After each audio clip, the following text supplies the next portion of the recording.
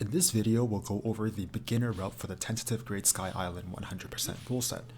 The route isn't particularly difficult, and I find it extremely fun since you're constantly going from one objective to the next. Not a lot of hiking past the first 10 or 15 minutes. There are some tricks and glitches to learn, but the hardest part will probably be trying to keep track of everything you need to grab. Your first run is probably going to be in the 60 to 65 minute range, but with a few reps under your belt, this route can easily be in the 45 to 50 minute range. I find most people learning the 100% route are coming from the degen reset hell, that is GSI 80%. This video will assume the viewer has familiarity with the basic TOTK mechanics such as GSI routing or general movement such as crouch sprinting. As for the rule set, just like GSI 80%, we start off in the Room of Awakening when you gain control of Link, and the timer ends when you drop off the sword at the altar. This means doing all 4 shrines, getting your 4th heart container to open that stupid door, and touching the light at the end of the bridge. We also have to pick up all 18 Koroks. Note that the Korok in the Room of Awakening Vine Room is not required as it did not pass the vibe check. We also need to get all 8 cave entrance markers on the minimap. There are 4 caves and we need to visit both entrances to get the markers on the minimap. Related to that, we're also picking up all 4 bubble gems and we need to get them by killing the bubble frogs in each cave. This will give the cave entrance markers a check mark on the map. We are picking up all 3 armor pieces that are scattered across the island. We are also speaking to the forge construct and the battery construct so the icons appear on the minimap as well. We will also need to defeat the only mini-boss on the map, which is the Flux Construct mini-boss. And finally, we will be visiting the 2 dispensers so their icon shows up on the minimap. In our tentative rule set, we do not need to actually use the dispenser by dropping the Zonai charges into it. We just need to walk by so the icon shows up on the minimap. As for tricks and glitches, there are 2 main tricks I would consider must learn for this route. For both, I will link fantastic tutorials for them in the description. We pick up the Red Bull wings, so it is important to know how to perform the Red Bull jump. Related to Red Bull jump, we also need to know some of the strats related to getting those wings, such as shield surfing locations and hopping onto a wing from a sprint. However, I will call these out during the video. The other must learn is Fall Damage Cancel, or FDC. While not strictly required, all the backup strats are significantly slower and not any easier to perform than the FDC itself. For this reason, I won't go over the backups and I just recommend learning the FDC itself. As you can see, this route is mostly glitchless outside of FDC. I would say it is pretty future-proof as I do not imagine they'll patch out FDC. But you know what? Who knows? Another thing to note, a tricky part about this route is your weapon management. Your weapon durability and arrow count is pretty tight when optimized, so if you break the wrong weapons at the wrong time or run out of ammo, it will be a run killer. I will be sure to call out points of caution as well as backup strats if you don't want to reset. Quickly touching on routing at a high level, this route is mostly pretty linear. You come out of Room of Awakening, you reach your Puripad construct, you get to Temple of Time, and then from there we get Ultrahand first as we need that for a lot of the Korok puzzles, and then from there we do a loop around GSI picking up everything along the way. The shrine order is Ultrahand, Ascend, and then finally Fuse. It can be very disorienting sometimes when you're ascending all over the place and the camera resets after a Korok cutscene. If you're lost, just remember that at a very high level we're heading clockwise around the island after Ultrahand. After Temple of Time 2, we're doing recall as normal, and then doing some final cleanups before heading back to Ultrahand Shrine to take a shortcut back to Temple of Time 3 to finish the run. Some final disclaimers and credit before we get started. I would like to give credit to Clouded Red as they're the main chef for this route and the category in general. Please watch the video on how to optimize this route and the execution of it. The footage you're about to see is not from a real run. It's footage that I stitched together to show off some nuances of this route, and I have to say it is extremely sloppy. Without further ado, let's get started. Just a reminder that in order for a run to be leaderboard legal, you need to start your game fresh, from a fresh boot from the start menu, and also show your version number before your run gets started.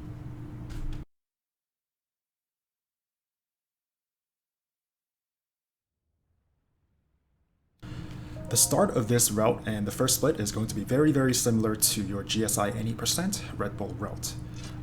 We still trek our way through Room of Awakening, we still go through the title sequence, we still pick up the Puripad, and we still make our way over to Temple of Time 1. The only difference is that we pick up pants along the way, and we also make a small detour to pick up a Korok.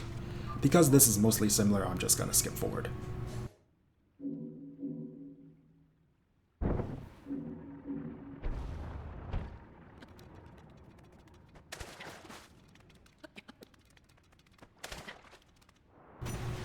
Don't forget to grab the chest on your way out. It contains pants, which is the first item you get for your 100% route.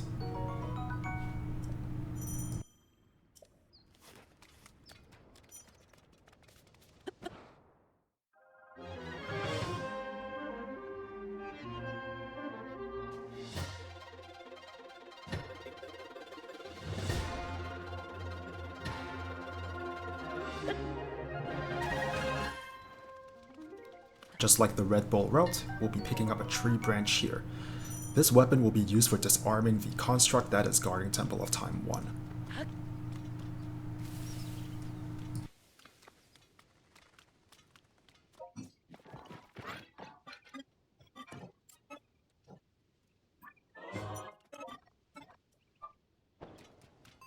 So here we do the Moss Door jump, but instead of heading towards Temple of Time, we'll be aiming towards the right side of the pond. If you see the 2 lily pads to the right, that's approximately where we're aiming for. There's a Korok in the vicinity, and we'll be making a detour to pick it up. Whoops.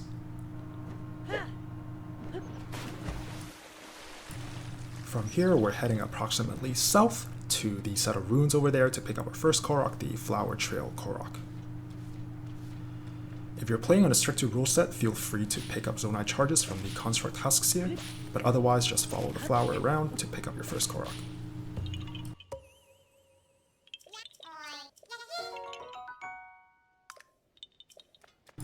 From here, we're just hauling ass back to Temple of Time 1. How you route your path there doesn't really matter. If you're not super confident in your weapon durability routing, you can grab an extra stick by pushing this boulder down the hill to kill the construct. If you're not confident with your Red Bolt execution, you're worried about not getting a first try and that you're gonna break your Master Sword or your Rusted Broadsword, then yeah, by all means pick up the stick. To kill this construct, it's going to be the same strategy as Red Bolt. You use 4 Master Sword slashes and then switch over to your stick and then use a stick to disarm the construct. Note that after using your Master Sword here, this is going to be the last time you use your Master Sword for a very long time. Be sure not to break your Master Sword because there is a part later where you need a blade to free a Korok, and if you run out of sharp edges, then you're in for a bad time.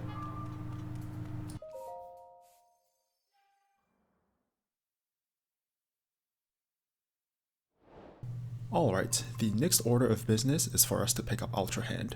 The reason we pick up Ultrahand first in this route is because it is pretty important to solving a bunch of different Korok puzzles. So even though it is a little bit out of the way and we're making a detour, that's what we have to pick up first. The rest of the split is actually pretty simple because Ultrahand, the shrine is right there, but on the way we pick up an extra Korok and we also grab some rushrooms.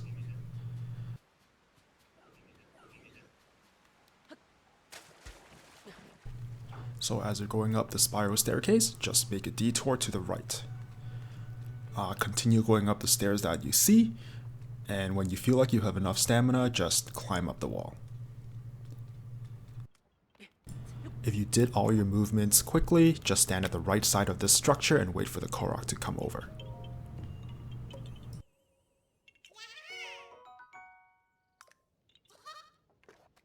From here, we're just heading back to the spiral staircase that we took a detour from.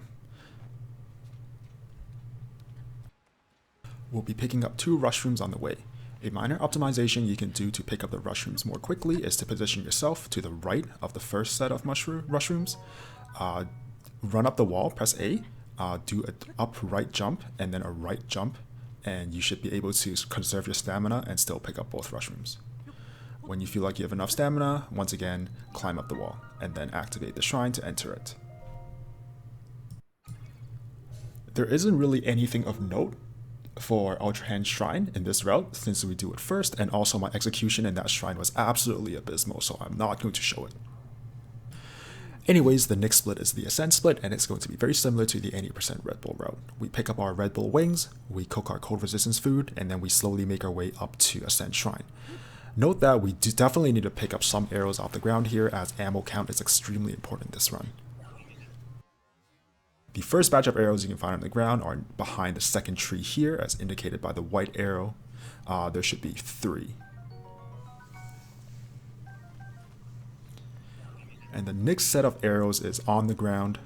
They're a little bit hard to see, but there should also be 3 there as well. Do pick them up, we will definitely need arrows later. So from here, there is nothing really worthy of mentioning, so I'll just skip forward. Regarding the Red Bull trick itself, I'm not going to explain too much because R2 has a video on it and they do a much better job at explaining it than I ever will. Do note that try not to fail this too many times because you might accidentally destroy your rusted broadsword, and then that just makes weapon routing extremely complicated from here on out. Well, the good news is we're about to kill a construct that is trying to stop us from cooking cold resistance food, and this construct happens to be carrying a wooden stick. This stick is technically not needed, but it's a good backup weapon to have while you get familiar with weapon durability for this route. Your rusted broadsword is routed to break at the bow construct in the Ascend Shrine. If you end up breaking your sword before you can kill the bow construct, then the wooden stick is a good backup. From here, you just do your regular trek up to Ascend Shrine.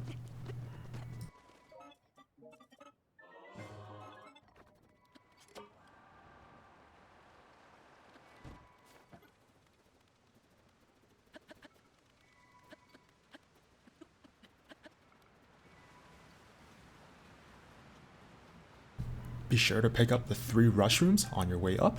With these 3, you now have 5 shrooms in total, and you can cook a speed food whenever you like. When you get to the top of the cliff, you may choose to use 1 durability on your metal weapons to light the pot through the flint and cook your speed food there. I personally don't do this because I'm always concerned about my weapon durability, and we pass by cook pots all the time. As for when you eat the speed food after cooking it, that's also up to you. We'll be picking up snow pants after the shrine, so your cold rest buff won't matter afterwards.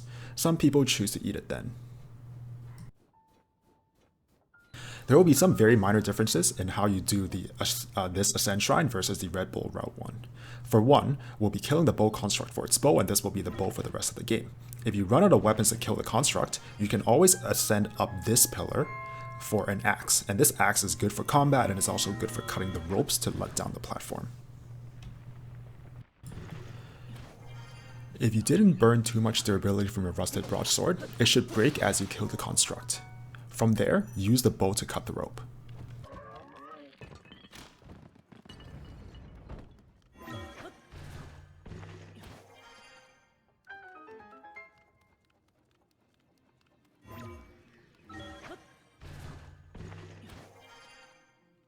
Also, do yourself a favor and switch to a weapon now. We'll be coming up on some fall damage cancels, and you need to have a melee weapon to perform it.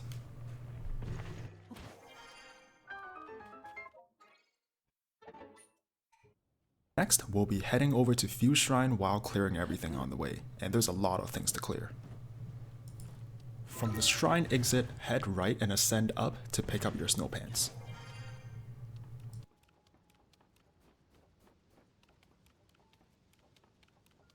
From here, take 2 steps back and ascend again, and get the rock circle Korok.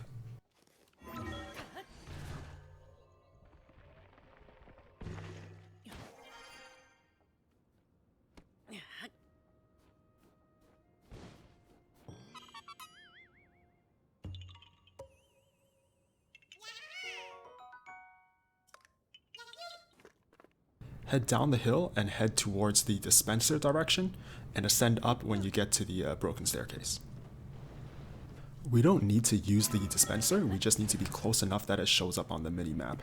However, if you're not confident in your wing strats, you may drop a few zonai charges in and hope for some extra wings. We don't need more than 3 this route, but having extra provides the run insurance in case you lose one accidentally. We're headed to the bottomless cave next. Go partially back up the hill in the direction of the roots, climb over a bunch of them, and from there you can drop down into the cave entrance. You can either fall damage cancel or just tank the fall damage. Here we'll be picking up the flame shield and 6 bombs. The flame shield will be our primary damage against bubbles, as it makes really quick work of them.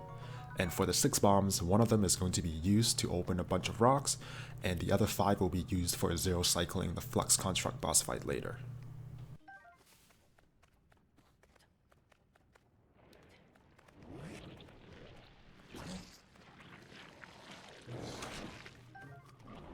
Our general strat against bubbles would be to do one headshot to shoot it down from the ceiling, and then burn it with the flame shield. As you see here, a body shot's not gonna cut it. It has to be a headshot. Pick up the gem and head towards the exit for our second cave entrance marker. We're coming up on our first do or die fall damage cancel. Make sure you have a weapon equipped. If you broke your rusted sword in the shrine, you will be disarmed currently and you cannot FDC without a weapon. I will link Limcube's video on how to do FDC. It is strongly recommended you do this because other methods are just really slow. Once you hit the bottom, turn 180 and run south. There's a cook pot here that is already lit and I like to use it to make my speed food, but my preference is to not eat this speed food until later. When you eat the speed food is completely up to you, especially now that we have snow pants, we don't really need the spicy pepper cold resistance anymore. However, we're coming up on some parts of the route where you could take enough chip damage to die. I keep the speed food around to recover hearts in a pinch. Anyways, keep heading south, go up the stairs and find the Tetris Korok. This one is without a doubt the hardest Korok off the run.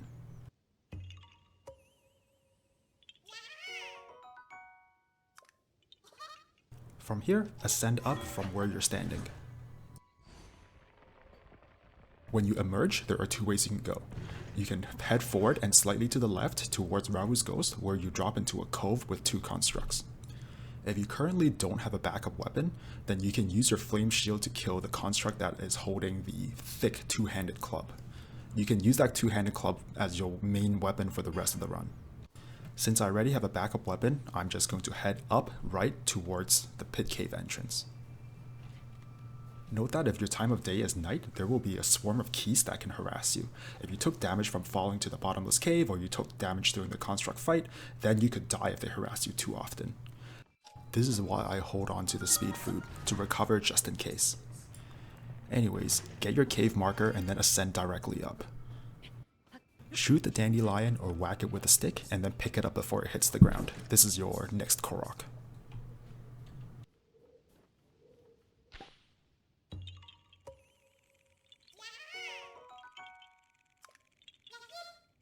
When you turn around, you should be able to see the Tetris Korok structure in the distance.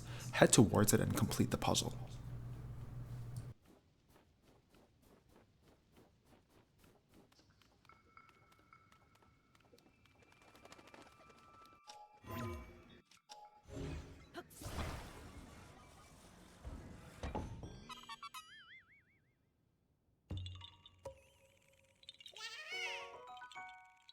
Turn around and head towards the right side of the path.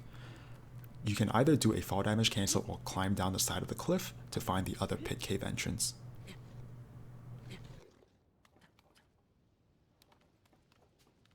Use one of your bombs to clear the rocks, head inside and use your headshot flame shield combo to get your second bubble gem.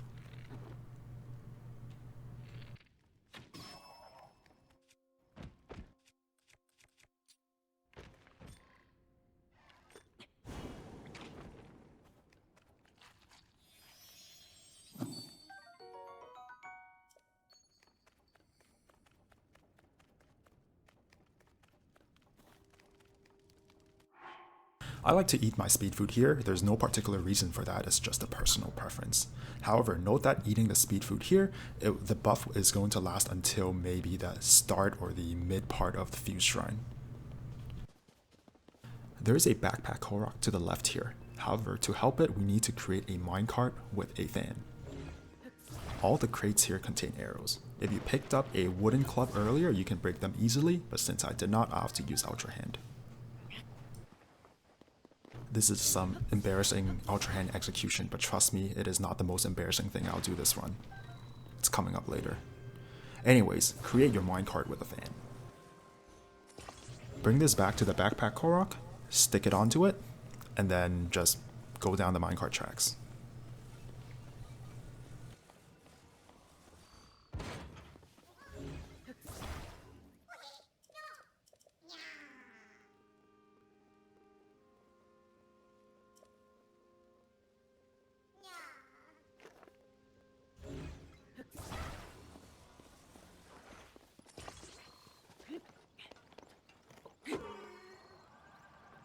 Note that you do not need to unstick the Korok to hand it in, so you can actually just Ultra Hand the entire cart over to his friend.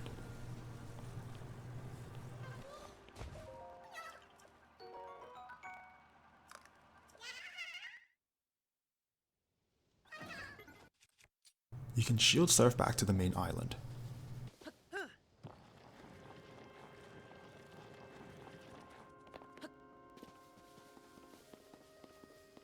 Don't forget to grab the dispenser icon on the minimap. From here, head towards Rao's ghost, and then just shield surf down to the mine cave.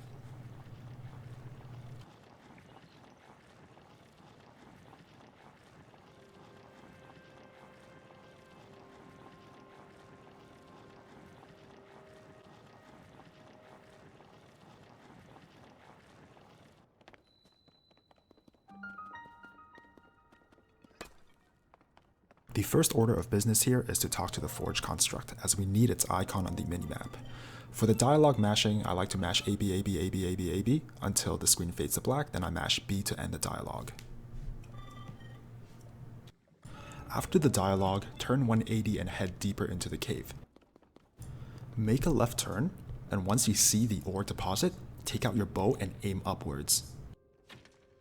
So I completely forgot how to aim here, but this is a good example of how tight arrow routing can be for this route.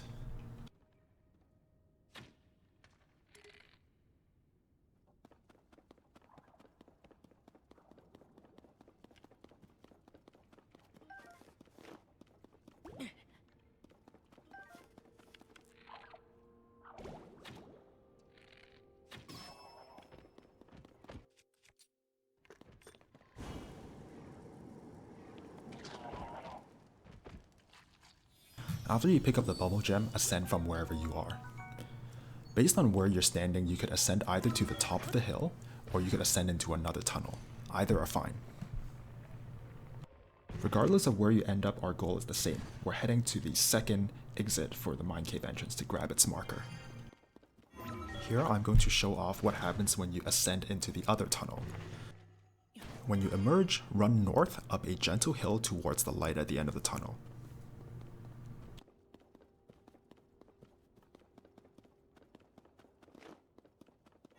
And if you ended up at the top of the hill, it's basically the same thing. You run north until you get to a cliff, do a fall damage cancel off the cliff, and then run back in to grab the cave entrance marker.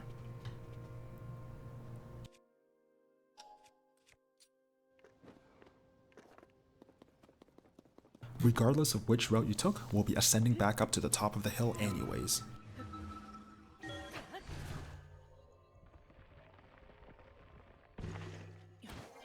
When we emerge at the top, we are heading west towards Fuse Shrine. Go down the hill and eventually you'll find a sheer cliff with a pond at the bottom. Jump into that pond and then continue along that path towards the pondside cave entrance.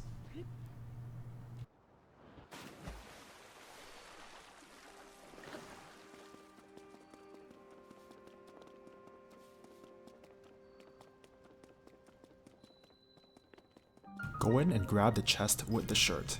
This is our third and final armor piece.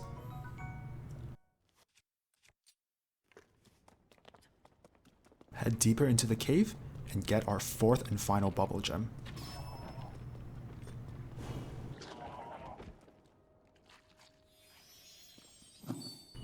From here, you ascend directly upwards.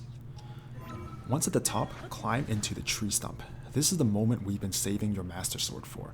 The debris at the bottom of this tree stump can only be cut with a blade or a fire source. If you still have your Master Sword, use that to cut it. If you lost your Master Sword but still have your Flame Shield, use that to burn it.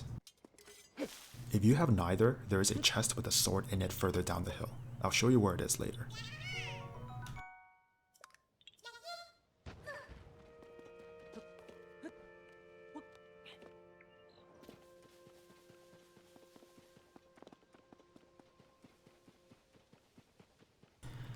This guarded chest here has a sword you can pick up to cut the debris with. Anyways, jump down to grab the last cave entrance marker. Head west up the hills and you make your way over to Fuse Shrine.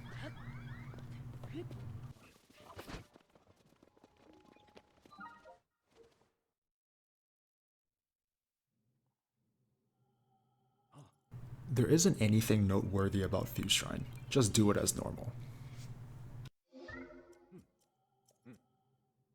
If you picked up a two-handed club earlier, you don't even need to pick up this rusty claymore. You can simply fuse the boulder to your club and then you're good to go. Since I didn't, I have to pick up the claymore. You only need to pick up one fire fruit in total to free the chest, but if you're worried about health and you want to have some sort of food source to recover for later, then you can grab as many fire fruits as you want.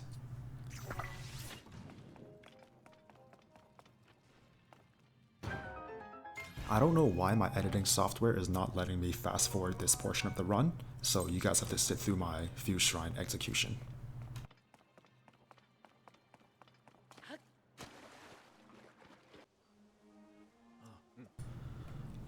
Alright, when you regain control of Link, the first order of business is dropping a wing and then fusing it to your shield. This is technically not mandatory, but it provides some nice minor optimizations for the rest of the run. From there, head right, break the rocks, pick up arrows here, also not mandatory but strongly recommended especially with my NA aim, and then from this little cove, you just ascend upwards.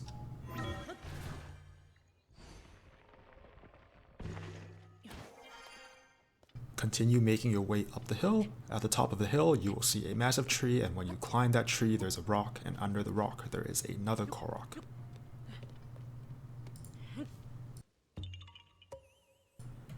From here, head back down the way you came from.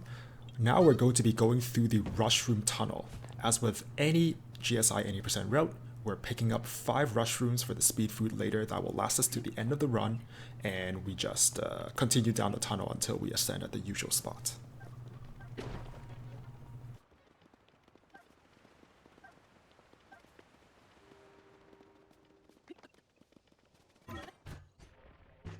When we emerge, instead of shield surfing down the usual slope, we hug the left side of the cliff, and then we continue down until we pass by a river.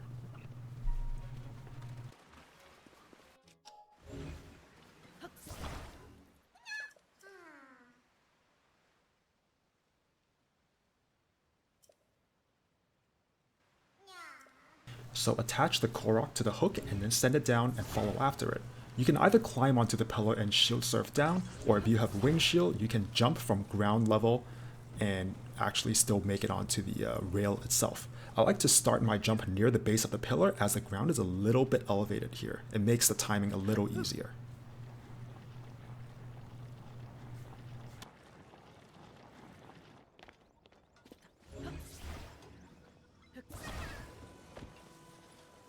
Once you hand in the Korok, just jump off and void out anywhere. If you void out, you will end up back at the main island.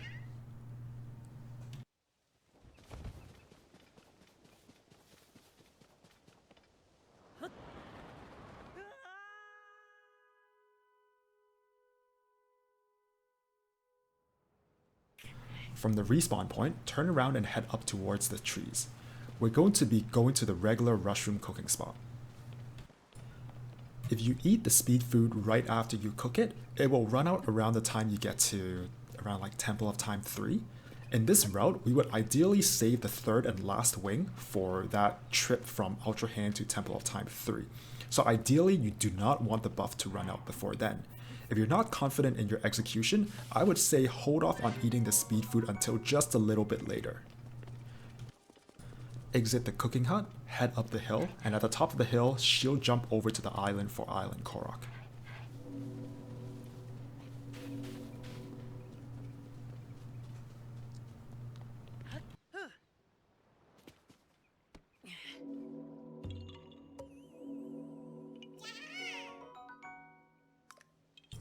From here, you want to swim towards the eastern shore, and there's a bonfire in the distance. You're swimming towards that. What we're doing next is we're going to use a wing to fly underneath Temple of Time and ascend upwards. If you haven't eaten your speed food yet, now's the time to eat it because you need the speed buff to get onto the wing. To get on this wing, run towards a ledge and menu as you hit the gray line. Then just sprint jump after it.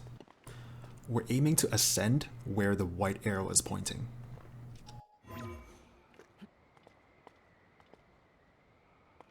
Make sure you're going to the left side of that chunk there, because if you're too far to the right, you're going to ascend into water and it's a time loss. Ascending near the left is going to get you on land.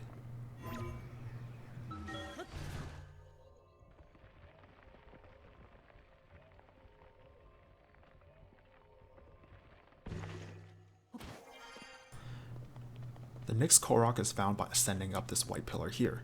Normally there's a diving animation, but if you hold ZL, run, and then shield surf, you will bypass that diving animation and it's a minor time save.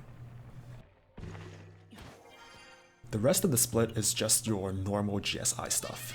You go to Temple of Time, you open the door, you touch that tier thing, you get recall, and then you do recall shrine. I'm just gonna skip forward here.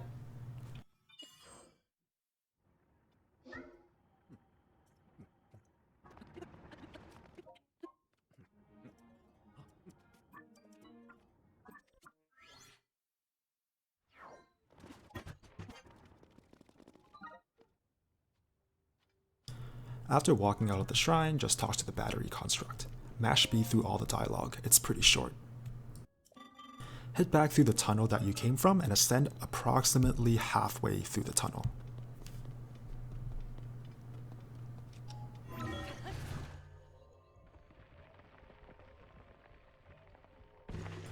Once you emerge, climb up the giant tree stump, and in the middle you will find a lily pad Korok. You can shield jump from the edge to get to the middle. I overshot a little bit here though.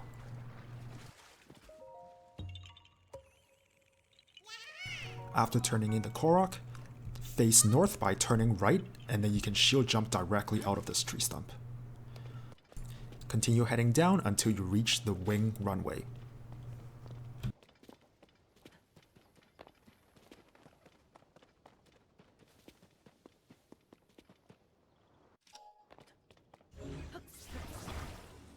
Use Ultrahand to slide this wing down and hop on after it. Stand on the left side of the wing because we'll be making a hard left turn once we get airborne. We're heading for that small floating island with a pond in the middle. Use the mini-map to help you judge your distance, and when you're close enough, dive through the lily pad rings for the next Korok.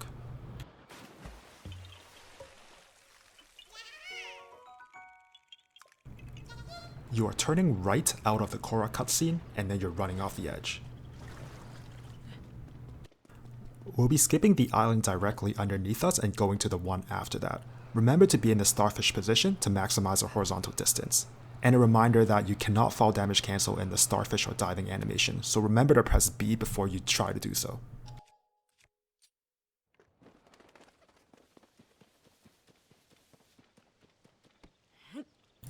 Complete the rock circle for the next Korok.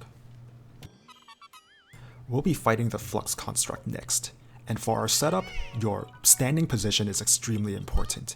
You want to position yourself outside of the outer gray ring. Where I'm standing here is perfect. The strat here is we use recall to stun the core, and then we hit it with 5 bomb arrows, and this will instantly kill it. There are 2 mechanics to note here. A direct headshot will remove the recall stun. This means we do not want to headshot the flux construct until the final shot. The second thing to note is if you stand too close, it will break out of the recall stun by the 3rd or 4th bomb arrow. This is why we want to be outside of the second gray ring. As long as you don't do the 2 things I just mentioned, it will not break out of the recall stun, and we can take our sweet time lining up the shots. For the first 4 shots, deliberately aim lower so the arrow doesn't hit the core, but the splash damage of the bomb will. Don't worry, the AoE splash for the bomb is extremely huge, so it is pretty lenient as long as you don't airball the arrow. For the 5th and final shot, this is the one where you want the arrow to hit the core as well. If you do this correctly, the flux construct would just die after the 5th arrow, and it wouldn't trigger the fight, thus the 0 cycle. Here's the fight again in full speed.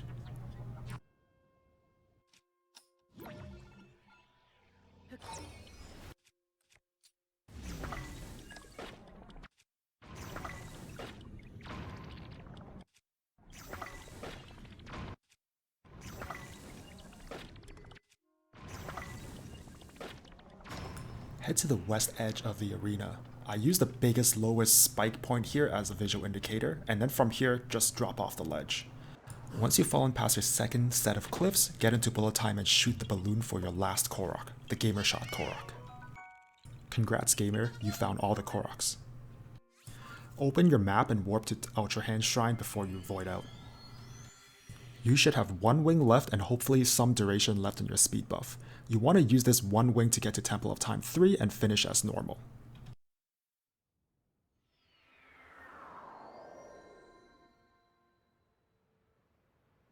To get on this wing, line up with the broken bridge, sprint. Once you get to that little rock ledge, menu, pull out your wing and then jump after it.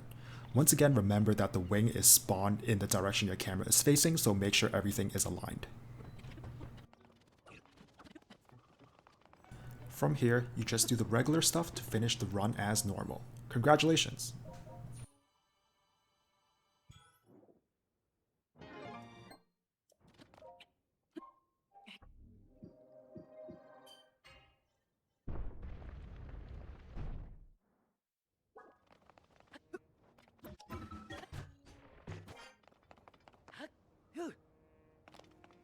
Time ends when you touch the light and the screen fully fades to black.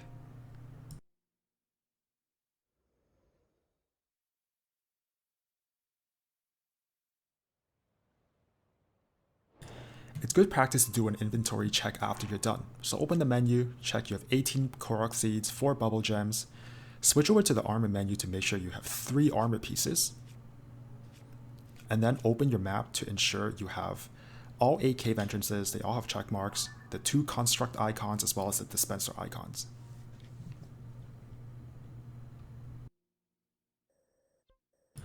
Thanks for watching this scuffed video I put together, I really appreciate it. If you have any questions, feel free to ask in the comments or join the Discord. I will put the link in the description.